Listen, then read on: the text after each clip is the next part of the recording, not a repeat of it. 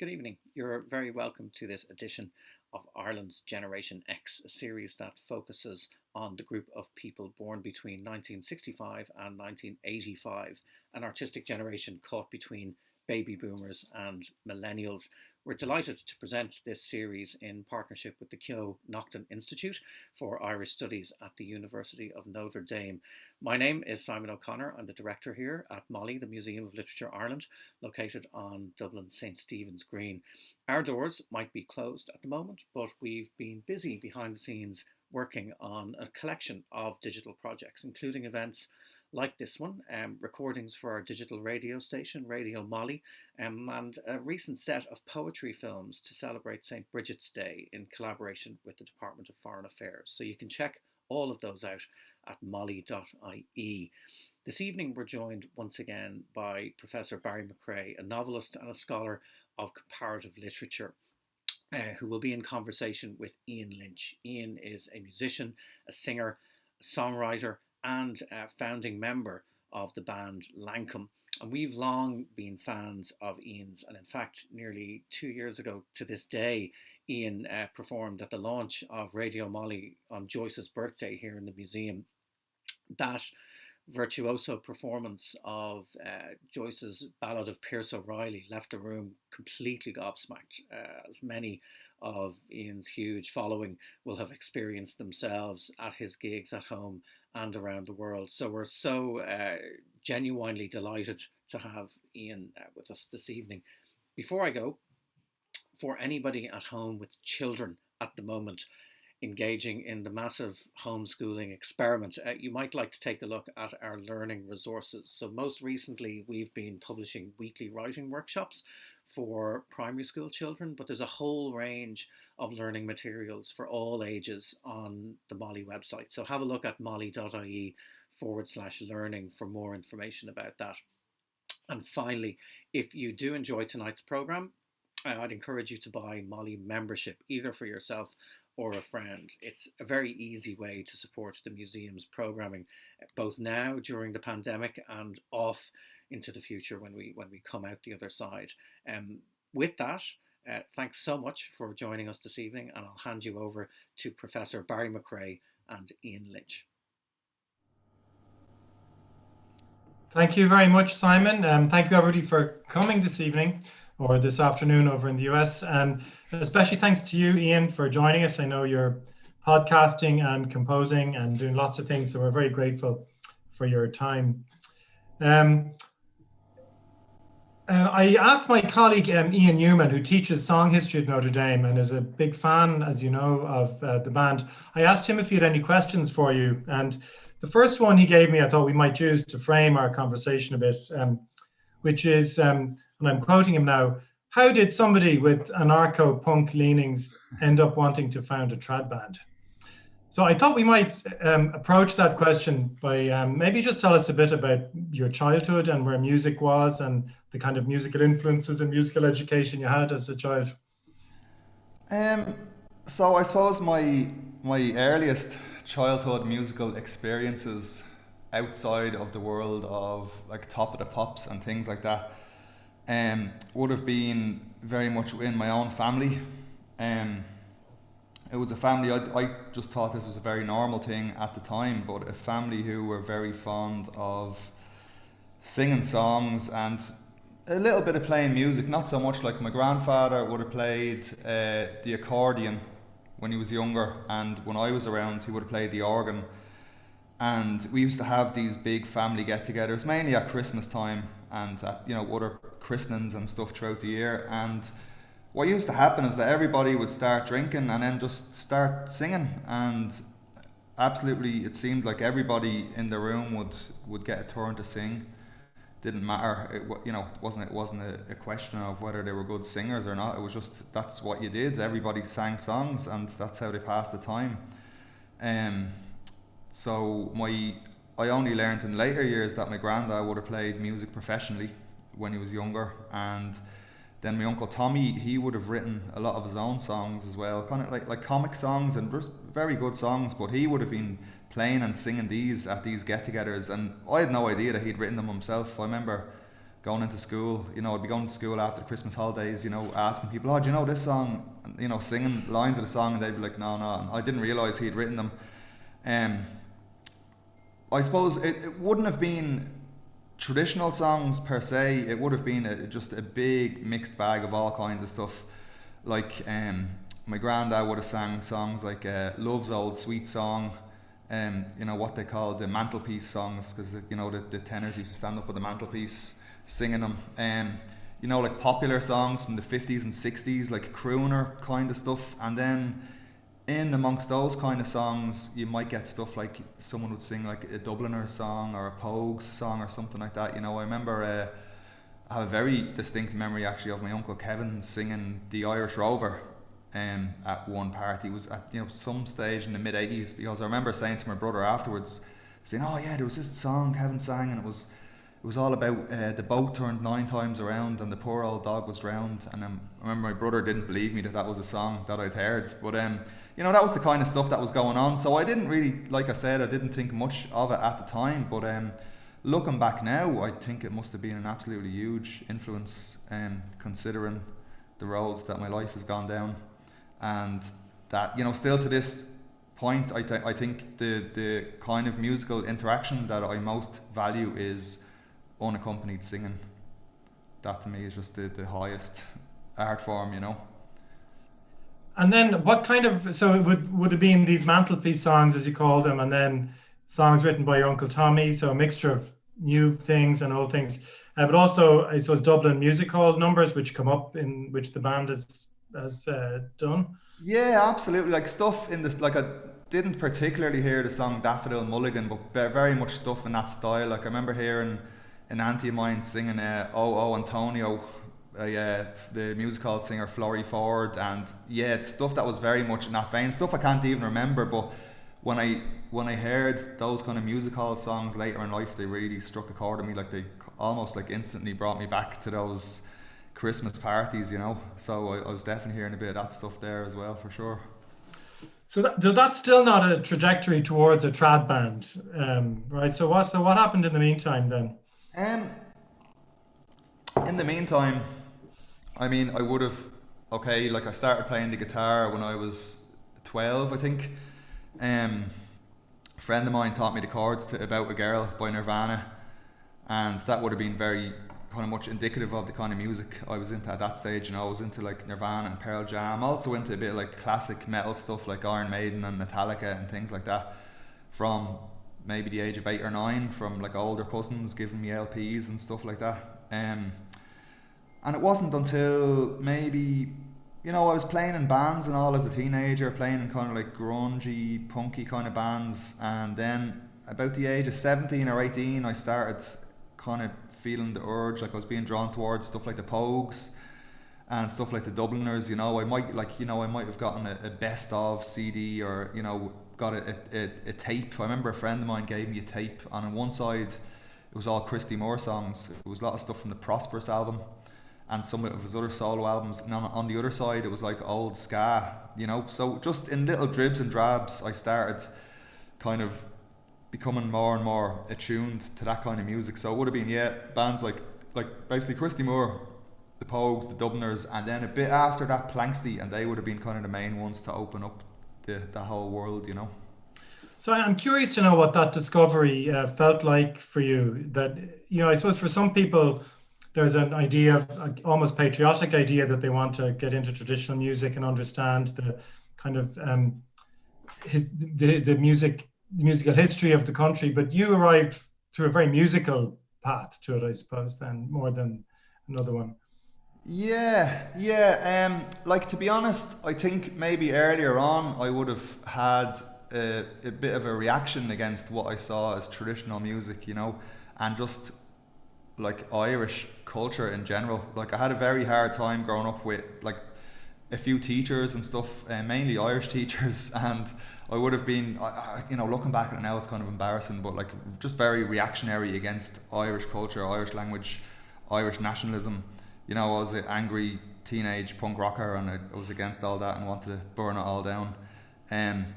So ironically, I think it was the aspects that I was drawn towards in, like, you know, in the songs that I was hearing from the Dubliners and Christy Moore. It was like the kind of social protest songs. It was more political songs. It was stuff like The Button Pusher or The Sun Is Burning or Sacco and Vanzetti by Christy Moore, or, you know, and songs about like the working man, and songs of you know, union songs, and, you know, the songs that Joe Hill wrote, and all that kind of stuff. You know, that was really the bridge for me. It was something I saw as, I suppose, ideologically speaking as well as musically speaking, that I was thinking, yeah, well, this is, you know, this is what I'm into, and it makes sense to me, and this is the same, you know, along the same lines as the stuff that Crass and Subhumans are singing about, and whatever other punk bands I was listening to at the time, you know. And then there was also what I saw as being a very DIY aspect to the way that traditional music sessions worked. You know, just a very decentralized way of doing it. The fact that, you know, the way I saw it then, that nobody was doing it for a profit. It was just people gathered to play the music that they loved. And to me, that was like, just, that's punk rock in its very essence, you know. So there's something radical at the core of it that you weren't expecting, that reminded you of, or resonated with the kind of music you were listening to before that as well. I think so, yeah, because I suppose before I had been exposed to that side of the, you know, that side of traditional song, I would have had an idea that was just a very conservative kind of culture, you know, maybe like very restrictive and right wing in a lot of ways. And then it was, yeah, so I suppose it was a revelation coming across these songs that the Dubliners were singing, and that Christy Moore was singing, and Andy Irvine and everyone else, you know. Which, and I suppose they were like absolute bohemians back in their day as well. But that was really what struck me.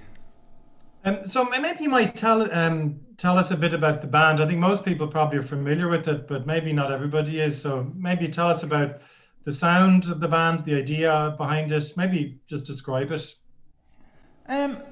Yeah, so I suppose that the sound that Lankum has is something that's developed quite organically over the years. When we started off, we were, you know, just me and my brother, and then Cormac and Rady, 4 friends who just really enjoyed playing music together. And now we've been playing together for 8 or 9 years, and I suppose our sound has grown to be just a lot bigger and more expansive. You know, I find it hard to kind of describe what exactly it is we do, but basically we like to sit around in a room, and, you know, we'll find like traditional songs that we like, and we'll work them over and over and over until we come up with an arrangement that we're into. And a lot of the time it ends up being on the long side. You know, we go for like kind of big arrangements, like a lot of our songs would be like 6, 7, 8, 9, 10 minutes, maybe 11 or 12 minutes is some of our longest ones. But I suppose it's all about finding the emotional core of the song, and trying to bring out certain elements that maybe wouldn't be so obvious in other people's arrangements of the same songs. Yeah, I suppose it's more about our own personal relationship to the songs, you know, and what we hear in them and what we want to bring out of the songs. And maybe that's what we do. It seems to me like there's 2 main sides in it. There's yourself and your brother on the one side, and then there's Cormac and Rady, who are more straightforward trad. But the result isn't just 1 + 1 equals a mix. The result is some kind of third thing that is that's not like either one, in a way. Is that true? Yeah, I think so. I mean, I think the easy way to look at it, and maybe it's overly simplistic, was like, okay, so you had me and my brother on one side, and we were, you know, coming from this like squatting scene, and we had our own thing going on with just a guitar and a tin whistle, and it was very rough and raucous.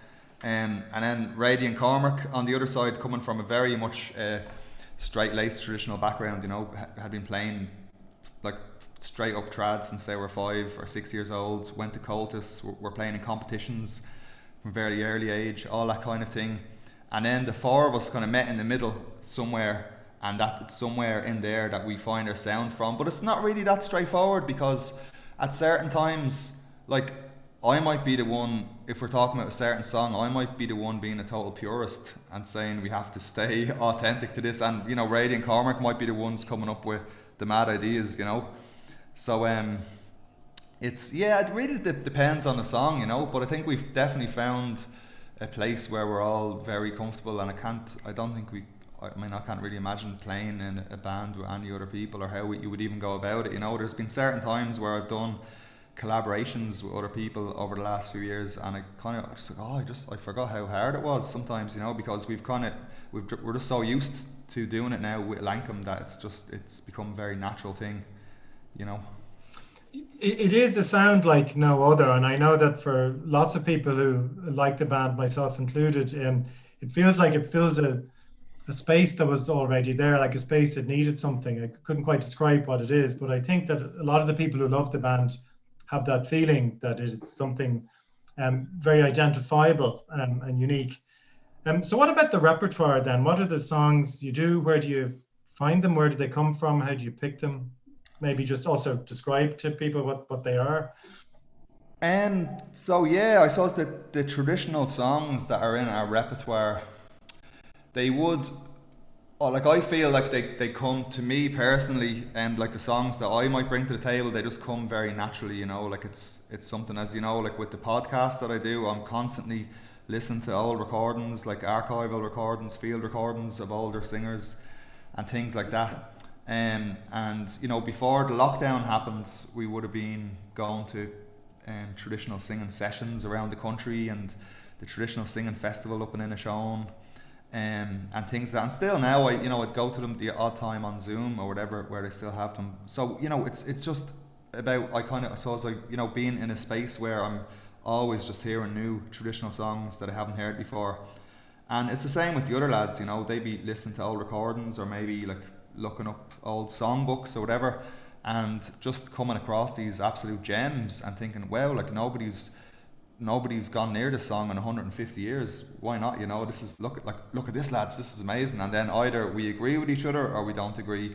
And if the four of us are into it, then we'll say, okay, let's give it a shot, and we'll try and come up with some arrangement or see what happens with it. And then a lot of the times with songs, we might work on them for a few weeks, and then we just go, they don't really grab our interest anymore, and they fall by the wayside. And then sometimes we get really excited about them and put them into our live set as soon as possible.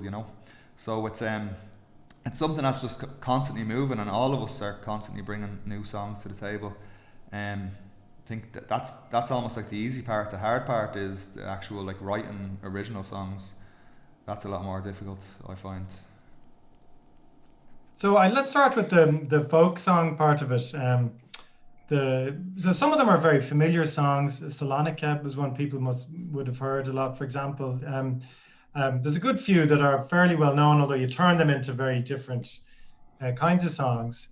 And then some of them are songs that are not well known, folk songs, sometimes English ones, that some of them seem very simple on the surface, like Henry My Son, or the Turkish Reveille, that then you kind of expand out, you kind of open up into something else. Yeah. I mean, that's, yes, I don't know what was the question. No, I suppose I think, what are the different kinds of traditional songs that you do, and what do you okay. Yeah. So those fairly simple ones that people wouldn't know, Henry My Son or the Turkish Reveille, maybe say something about those ones.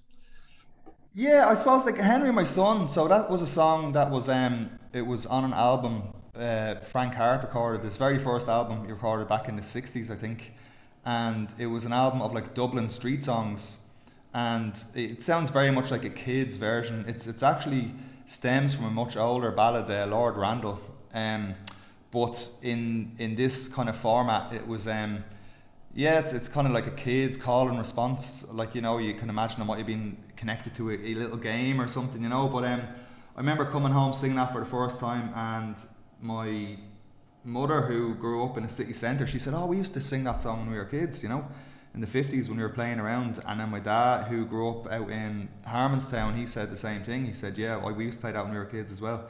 Or not sing the song, and they recognise that.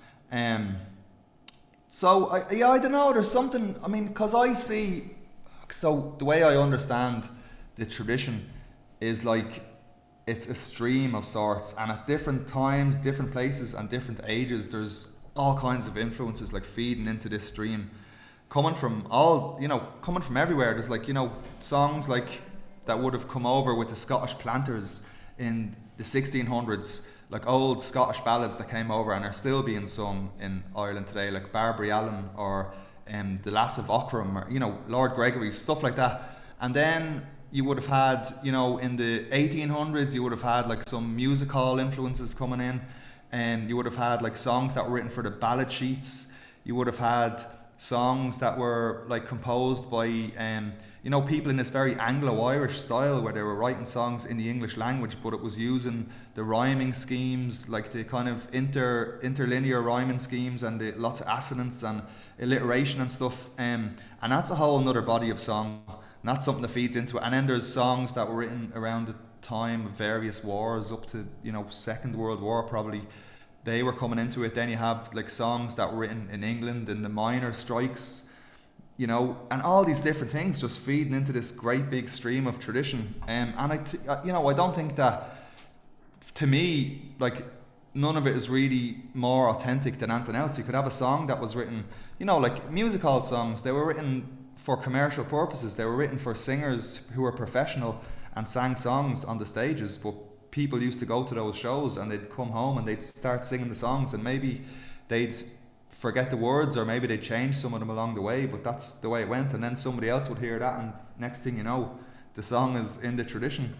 And that, to me, that's no less authentic than a song that's 200 years older than that. It's the same process that's going on, So, and I suppose Ireland as a nation in its history is especially attached to this idea of the song tradition, and traditional music is a big part of our sense of ourselves. The idea that we have this long tradition of folk song is one of the ways in which we lay claim to our identity. But I suppose the negative way of saying this was some of these songs aren't all that Irish at all.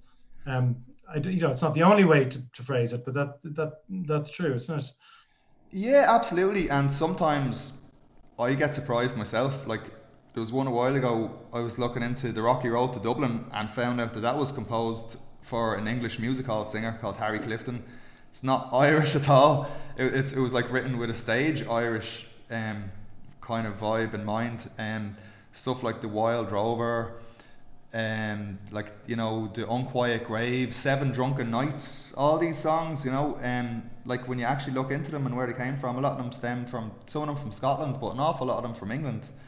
But just like any other traditional songs, they would have made their way over here in some way or another, and become a part of our tradition. And then, as I said, they pass from one singer to another, and next thing you know, someone isn't talking about a place name in England, like it's not Oxford anymore, they've changed it to Wexford or something like that, to make it more familiar to them. Or maybe the characters' names in the song are changed to names that sound a bit more Irish. But when you look back at it, you realise that a lot of the older singers, and even people that were recorded, who lived long enough to be recorded in the 20th century, they didn't care. They weren't concerned with where the songs came from. I think the more important thing was if the song resonated with them, and if the song held some personal meaning to them. And maybe, to me, I kind of see that people are more drawn towards the songs where they can see some kind of like parallel to their own lives in, So I think these are the things that draw people to songs, and the songs themselves don't recognise any boundaries. In your podcast, you describe, you take individual songs, and sometimes you talk in more general terms about the way songs travel, and you've Scotland, England, Ireland, the Caribbean, the southern US, Canada, Australia. So I suppose I'm interested in both what changes and what stays the same. And when you think about the folk songs in general, since you know so many of them, what are some of the, I suppose, preoccupations that remain constant in the songs that come up again and again and again? I think there's so many different categories that you could go into here, you know.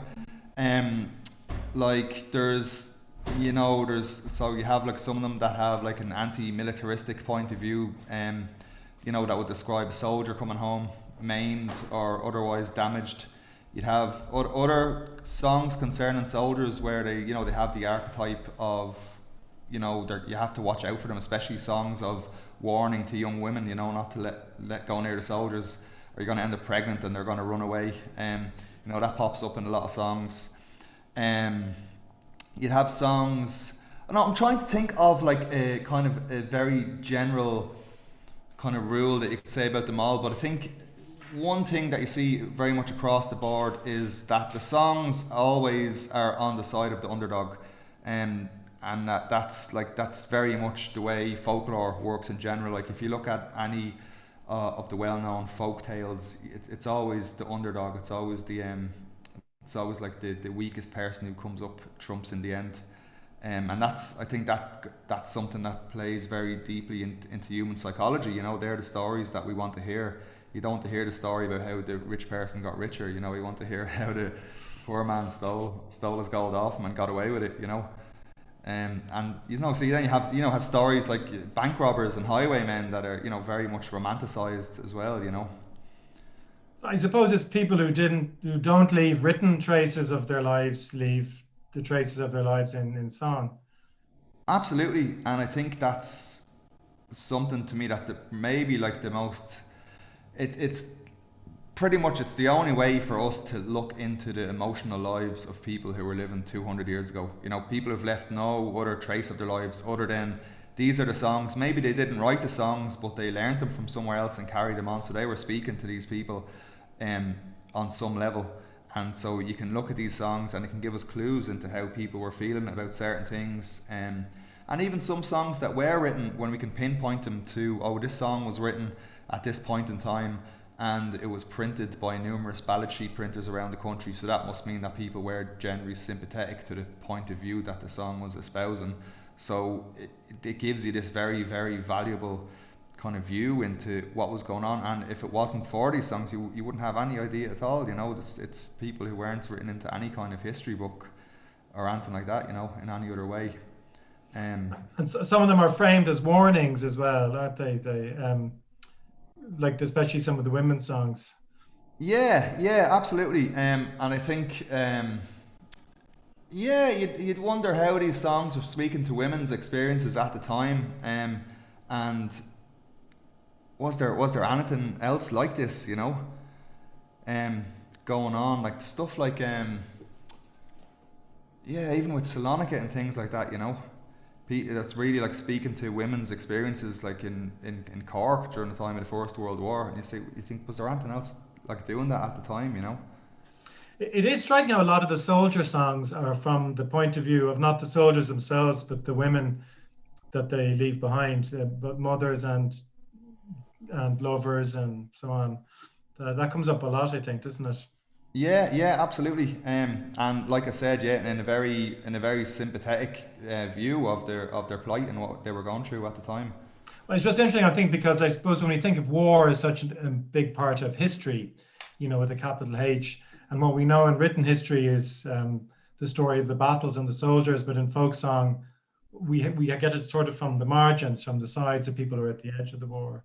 But then some songs change their meanings altogether, like the Wild Rover, which is one that you've done together as a band. Do you want to tell us a bit about that? It's kind of almost reversed its meaning over the centuries. Yeah. I mean, when you think about the fact that now people kind of view it as the Irish drinking song, you know, that's the one that first comes to their head. Think, oh yeah, Ireland, yeah, it's all about drinking and the Wild Rover. But it's fascinating that when it was originally written, it would have stemmed from this group of ballads that were being written in the 1600s in England called like the Goodfellow ballads, and they were kind of all based in the alehouse, which was like the alehouse was the institution that was, it was like the lowest form. You had the tavern and you had the inn, but the alehouse was kind of on the bottom. It was very much for the kind of lower rungs of society. But out of this group of ballads you have a smaller group which are all about how you shouldn't waste your money on drink, promoting temperance and sobriety, you know, telling people to save the money and, you know, give your kids and your wife a better quality of life. Don't be drinking down the alehouse with the rest of the good fellows. And that is where the Wild Rover originally stemmed from, was from this group of ballads. It was a huge song compared to what it is today. It was a 13 verse ballad, and it was called the Goodfellows Resolution. And it is, it's all about this fella who has drank all his savings away, and he is expressing a very deep regret for a life wasted on alcoholism and all the people he's hurt through it. And so from an English song of temperance and sobriety to in what is seen as the greatest Irish drinking song ever, that's the biggest leap you can have, really, isn't it? Yeah, while leaving so much of the song intact, you know, you can still say no, nay, never, no more. Yeah, and that's the thing, that it's not, the actual song hasn't changed, but the function, like where it's sang and the meaning that people give it, I suppose, by the way that it's sung. You know, it's sung with great gusto but if you slow it down and, you know, like the way we did it, it's a bit more it's just a bit more slowed down. Certain things are drawn out. It's given a different air. The lyrics are pretty much exactly the same, but it's really interesting how songs work like that, and how, you know, given a bit of time, they can take on such different functions in society that are so far removed from what they originally had in mind, you know. So if it's okay with you, Ian, we're going to watch and listen to you now. This is a song called The Ballad of Perce O'Reilly, which was written by Joyce for Finnegan's Wake. He includes the notes and the lyrics in Finnegan's Wake. Do you want to introduce it for us? I don't know what to say really about this song. It's so complex. It's a real piece of work. I mean, anyone who's familiar with Joyce should know about it. But I learned this. I remember I heard a recording of Ronnie Drew singing it years ago. I think it was recorded back in the 60s or 70s. I'm just guessing. But he only sang like about 7 of the verses, and he left out all the really difficult ones. And then a good while later, I heard a recording of a really great singer from Artane in Dublin called Barry Gleason. And so Barry recorded an album called I Heard a Bird at Dawn. And, you know, Barry, he's an ex-English school teacher, and he would have just, you know, he would have just a very great knowledge of Irish literature. And he has songs in that album that are, you know, that come from the writing of Yeats. He's a song from John B. Keane from the Sive play, and he has 2 Joyce songs. And so at the end of the album, he has a song called Forgive Me Quick, and then this song, The Ballad of Perce O'Reilly. Okay, I think it's a good. That's a good introduction to it. I mean, the other thing I will only add is that it's definitely the idea of a Dublin folk song put through the sausage machine of James Joyce's brain, so it comes out in a very sausage machine is the word for it. Yeah. Different. Have yous heard of one Humpty Dumpty, how he fell with a roll and a rumble, curled up like Lord Oliver Crumble by the butt of the magazine wall, at the magazine wall, hump helmet and all. He was one time our king of the castle, now he's kicked about like a rotten old parsnip, and from Green Street he'll be sent the order of his worship to the penal jail of Mountjoy, to the jail of Mountjoy, jail him and joy. He was the father of all schemes for to bother us, slow coaches and immaculate contraceptives for the populace, mare's milk for the sick, 7 dry Sundays a week, open air love and religious reform, and religion's reform, so hideous in form.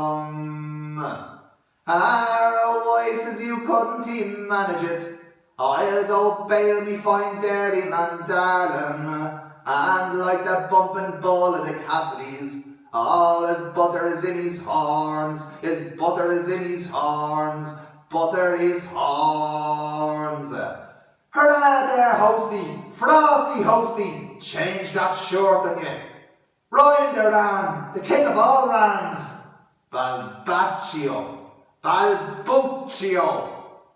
We had chops, chairs chewing up the chicken pox and china chambers, universally provided by our soft soaping salesman. Small wonder he'll cheater, one our local lads nicknamed him, when Chimpton first took to the floor with his bucket shop store down Bargain Way Glore.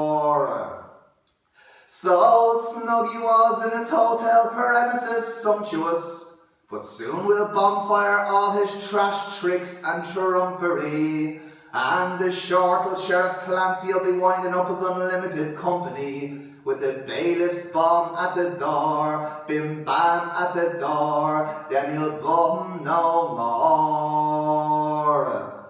Sweet bad luck and the waves wash to our island, the hooker of the Hammerfast Viking, and Gall's course on the day that a Blanna Bay saw his black and tan man o' war, saw his man o' war at the harbour bar. Where from roars Poolbeg, Cook and Halfpenny balls, Donnamois, Scampiddle, and Wipe and Fampany, Fingal MacOscar, One Sign, Barjars, Boniface, Toxman, Gamelhole, Norvegickers, Moniker, Agus Arak, Gamelhorn, Norvegickers, Cod, and Norwegian Camel Cod, he is be God. Lift it, hosty, lift it, you divil ye, Ryan the Ran, the king of all Rans. It was during some freshwater garden pumping, or according to the nurse and mirror was admiring the monkeys, that our heavyweight heathen Humphrey first made bold and made to woo, woo, who, what'll she do? The general lost her maiden loo. He ought to blush for himself, the old hay-headed philosopher, for to go and shove himself that way on top of her. By Christ, he's the crux of the catalogue of our antediluvial zoo, Messrs. Billing and Keough, Noah's Lark's good as new. He was jolted by Wellington's monument, our notorious hippopotamus, when some bugger let down the back trap of the omnibus, and he caught his dead to Fusiliers with his rent in his rears. Give him 6 years. 'Tis sore pity for his innocent poor children, but watch out for his missus legitimate. When that flu gets a hold of old Earwicker, won't there be earwigs on the green, big earwigs on the green, the largest ever you've seen. Sophocles, Shikes Power, Pseudo-Danto, and Annie Moses.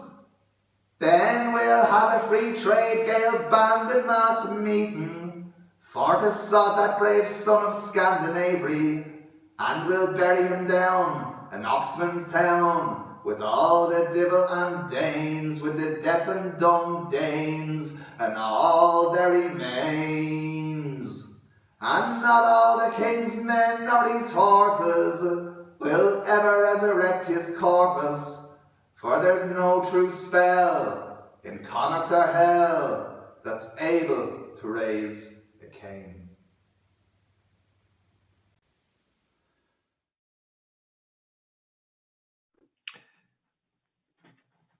The first thing that comes to mind is that you should have got some sort of medal for that. That it seems it must have broken some kind of record. It's extraordinary. I mean, that's your voice is so recognizable and extraordinary, but it's also a feat of memory that's hard for me to even imagine. You deserve some kind of medal from the City of Dublin for that work.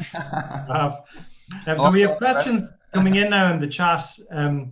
So the first one is from Anna, and she's asking you, in a world of algorithmically generated musical suggestions, how would you recommend finding older music? Okay. Listen to my podcast. No. Oh, geez, that's a tough one. In a world of like the way I find you have to do is you just have to start digging. You know, find something that you know, and start digging. You know, find the artist that you're into. Like, search out all the other stuff they've done, then find out artists that are connected by them. I'm not talking about like the you know, recommend similar artists on Spotify or whatever. Maybe look up like if it's traditional song you're after, like forums like mudcat.org, which has been going since like 1998 or something like that. And I go there all the time for all my information about this kind of thing. There's a number of websites out there as well. There's a website called Mainly Norfolk, and basically if you're looking up a traditional song, they will give you like all the versions of this song that's been recorded, all the artists who have done it, all the catalogue numbers of the LPs, and some of them are very hard to find at times, but that's always a good place to start as well. So between Mudcat and Mainly Norfolk, they're kind of about the two that I turn to most often, and I'd advise. I am going to say, or repeat rather, you know, without getting too into plomos, that your podcast is a great place to expand your sense of music. Fire Draw Near, it's called, for people who don't know it, and you get everything there from Delia Murphy to Caribbean music, to punk, to rare recordings of us old Australian people in the 1950s. So there's really an extraordinary range of things there. So then the next question is from, I don't know if it's Kathleen or Caitlin, and I suppose that's answered. What are your favorite? Oh no, maybe this is a different one. What are your favorite texts or resources regarding the folk tradition? So two books that I keep going back to again and again. The first one is Narrative Singing in Ireland by Hugh Shields. Hugh Shields was an absolute authority on Irish traditional song. In all its myriad forms, and that's a really interesting book because he talks about like narrative forms of Irish language singing. So he talks about these like Fenian lays, these like really, really, really long tales of the Fianna that were sung and recited. And his theory was that because of the existence of this type of song, the like the child ballads and those like kind of the more typical like narrative ballads, they didn't come to Ireland as early as they could. And so he talks about the kind of all the different stages of the singing tradition, from these early Fenian lays to like Sean Nose, to the child ballads, to ballad sheets, and then like traditional singing in the 20th century. That's a really amazing book. And then there's another book that I really like, and it's called The Singing Will Never Be Done, and that's a collection of essays and lectures by Tom Munnelly. Now Tom Munnelly was he was one of the best song collectors in Ireland, I think. He was working for the Irish Folklore Commission for a number of years, but between working for the Folklore Commission and working now, it's now called the National Folklore Collection, but between working for them, so that would be like, you know, people refer to it as the Folklore Archive out in UCD, between working for there and his own kind of doing his own field work out of his own interest, he was recording songs up and down the country for over 40 years, and he made some really, really amazing discoveries. Like he would have found, he recorded a singer called John Riley in Roscommon singing a song called Well Below the Valley, and before anyone found out about John Riley, it was widely believed that was a song that had died out like 150 years beforehand. There's songs like Lord of Bore and Mary Flynn, which is a version of a very old Scottish ballad, same thing, it hadn't been heard of in over 100 years. He made some really amazing discoveries, but just a very, very astute and learned man, and his writing is really amazing because it's really all based on his own experiences. He would have recorded quite a lot amongst the travelling community, and he had a lot to say about that as well. But just, he was a really fascinating man, and yeah, this book, The Singing Will Never Be Done. So yeah, those two books I'd recommend to anybody who was interested in the subject. And John Riley himself was a traveller, I think, that Christy Moore took songs from as well. And am I right that Lankum comes from a song that you got from him, the name? Well, okay, this is where lots of people think this, but John Riley had, I think, a second cousin also called John Riley. And but just for to make it easier, he's usually referred to as John Riley Jr. But so John Riley Jr. was recorded singing the song False Lankum, and it was Tom Munnelly who recorded him singing the song in 1971. Yeah. Okay. There's a question from Simon, which is one, I suppose, connected to the work of the Museum of Literature, which is, where do Ian or Barry think the song tradition fits in terms of literature or poetry? Does this tradition of writing get the attention it deserves within the storytelling canon as it's taught in schools and universities? What do you think?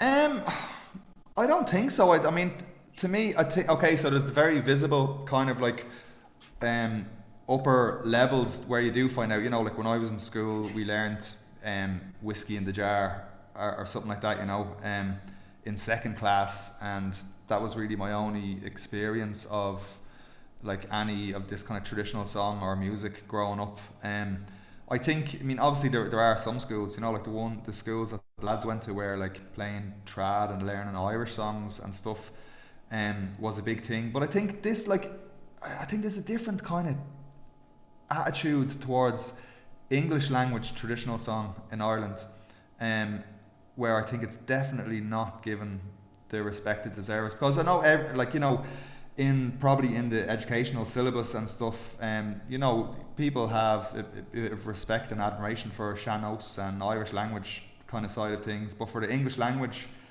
song tradition, it's maybe not seen as something that is as valid as the Irish one, but I mean, despite the fact, people have been singing these songs for 300 or 400 years in the country, to me that's as traditional as anything, I think it's just as valid as any of the other like strands of tradition that are extant.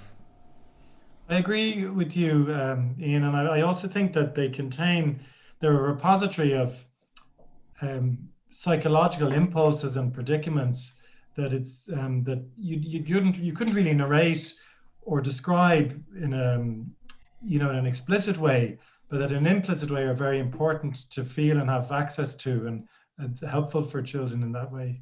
Or not just children, in fact, adults as well. Well, this is where I think it's maybe helpful to understand like traditional songs as one other aspect of folklore, and what you quite often find in folklore, whether it is like narrative tales or like proverbs or things like that, they're really, in a lot of ways, they've been kind of distilled, like they're these like items that have been distilled down to their emotional core. So any extraneous elements or any bits that didn't make sense to people were just like discarded or lost over time, and they've evolved into these things that I think as they find us today are very polished, very distilled, like real just little nuggets of gold, because they've gone through the minds and gone through the mouths of so many people over the years, and you think about each one of those people could have been making their own little improvements here and there. So by the time they get down to us, I think they're really things that should be cherished and valued. Yeah, and the product of a collective endeavor as well, not just one guy sitting down and writing his feelings, but this concentrated collective thing. Yeah, absolutely. And then John James asks, do you know where the tradition of not singing but speaking the last line of a trad song comes from, or what it means? I don't know exactly where it comes from, but one theory, and I'd imagine it's one of those things that there's probably a few theories floating around about, but one theory that I heard was that at one stage people in some areas, I don't know where, when they started off the song, they would speak the first line of the song and then sing the song and then speak the last line of the song. And the idea behind that was that the conversation was moving out of the kind of mundane everyday speech and moving on to another like specialized level, which is the song, and then the spoken word or the spoken line at the end of the song was to bring things back down again and signal that the communication was coming back down to the more earthly stuff. So in a way, managing the emotions of the listeners, their experience. Something along those lines, yeah. And now, like I said, that's just one theory I've heard, and it can be very hard to prove these things definitively. But I mean, that makes sense to me for sure. It's the feeling you have, all right, that you're just kind of you're being sent back home, or Yeah, yeah. So we're nearly running out of time, but we've one more question from Nigel, who's saying, what events of today will be good for a ballad that will be sung by someone not born yet, or sung in 50 years from now? Oh, gee, I'd say after the last year we're having, there'll be plenty of ballads being written. Yeah, No shortage of we've material. enough material there to keep us going for a long while, I'd say. And then Ross says, what could you say on the revival of the Irish music and tradition, when at the time things seem so disconnected from it? I suppose disconnected from trad and that tradition. Well, and I think in a certain way, I mean, I have certainly seen an upsurge of interest in all aspects of tradition, but especially in traditional song over the last 10 years. And I think in a lot of ways that it's a very kind of natural reaction to the way modern society is going, and the disconnectedness and the kind of the ennui that people can feel, the sense of just being like disconnected from yourself, disconnected from the landscape, disconnected from everything around you. And I think in a way there's the fact that we're kind of headed more towards that way as a society leads people to kind of want to dig and find something deeper, find something where they can find comfort and solace, and something that means something. When we're gonna have this very much this society of like instant satisfaction, where you can whatever you want, but it's all just kind of useless, consumer goods. It doesn't. It's like just eating junk food. The stuff we're getting fed, as culturally speaking, in a lot of ways, I think that can lead people to want to find something that's just a bit more meaningful. And I think that's. I agree. I also have a hope that the vibrancy of the folk tradition in Ireland might be one of the things that protects us from big far right populist movements that you get in other places. That it may offer people a sense of belonging and connectedness in this late capitalist world, or describe it. In the last few minutes, do you want to tell us a bit about your podcast? I'd like everybody to know about it, because I find it's been great company for me. Sure, yeah. So I started Fire Draw Near. I'm just about to put out episode 15 on Monday. So I've been working on it about a year and a half. It started off, I did like a kind of guest radio show with the lads for NTS Radio over in London, and I just had such great crack doing it. I thought, I should just start doing a radio show. So it's gotten a bit more serious over time, kind of put a good bit more work into it now. But I'm basically trying to look at just various aspects of Irish traditional music and song, and finding connections with other musical genres. Looking at maybe other genres that would have influenced Irish music in ways that you wouldn't suspect, and vice versa, how Irish music and even like sometimes musical tropes or lyrical tropes might have made their way into very just other areas that you wouldn't expect. So like say a few episodes ago I did one on a tune that started out as an English country dance, and that went on to become a Scottish song called John Anderson, My Joe, which then we find the same tune being used in the Cruiscian Lawn, and by memory inspired other Irish traditional songs. But then it's the tune that is used for Johnny, I Hardly Knew You, and When Johnny Comes Marching Home. And then I looked at how that influenced a book that was written called Johnny Got His Gun, and that led on to Metallica writing their single One from And Justice for All. So just like tracing these lines through musical culture, but usually using like some Irish traditional song or tune as its base, and just pulling on the little red thread and seeing where it leads. I have a great time researching and recording it, and I like when other people like it as well. So Fire Draw Near, that's the name of it, for so everybody has it there. And then in the last minute, do you want to just tell us something about, because obviously it's been a strange time for a gigging band, what you're up to next, or what your plans are? Yeah, so we've spent the last few weeks, actually we've been all together for the first time in a long time, like arranging new material, writing new material, and we've got a load of stuff ready. So I mean, you know, nobody knows. We have got some gigs booked for in May, and they probably won't happen, to be honest. I'd imagine that things in Ireland, you know, I can imagine bands from Ireland touring in Ireland before anything else happens. Now, whenever that might be, you know, be good if it was sometime this year. But you know, we're just trying to use the times constructively as we can. We didn't do anything. We had, you know, really great plans at the start of lockdown. Oh yeah, we'll just start recording. We'll make loads of new albums and na. But didn't do a thing. Played like two live streams for the whole year, and that was it. So now we're really like, yeah, we're determined to get our heads down and come up with some new material and hopefully record this year. But you know, we'll see how that goes. But we're trying our best anyway. Let's say that. I'm looking forward to it. We're out of time now, Ian. Thank you very much for joining us. That was fantastic. Thanks very much for having me. Yeah, I really enjoyed that as well.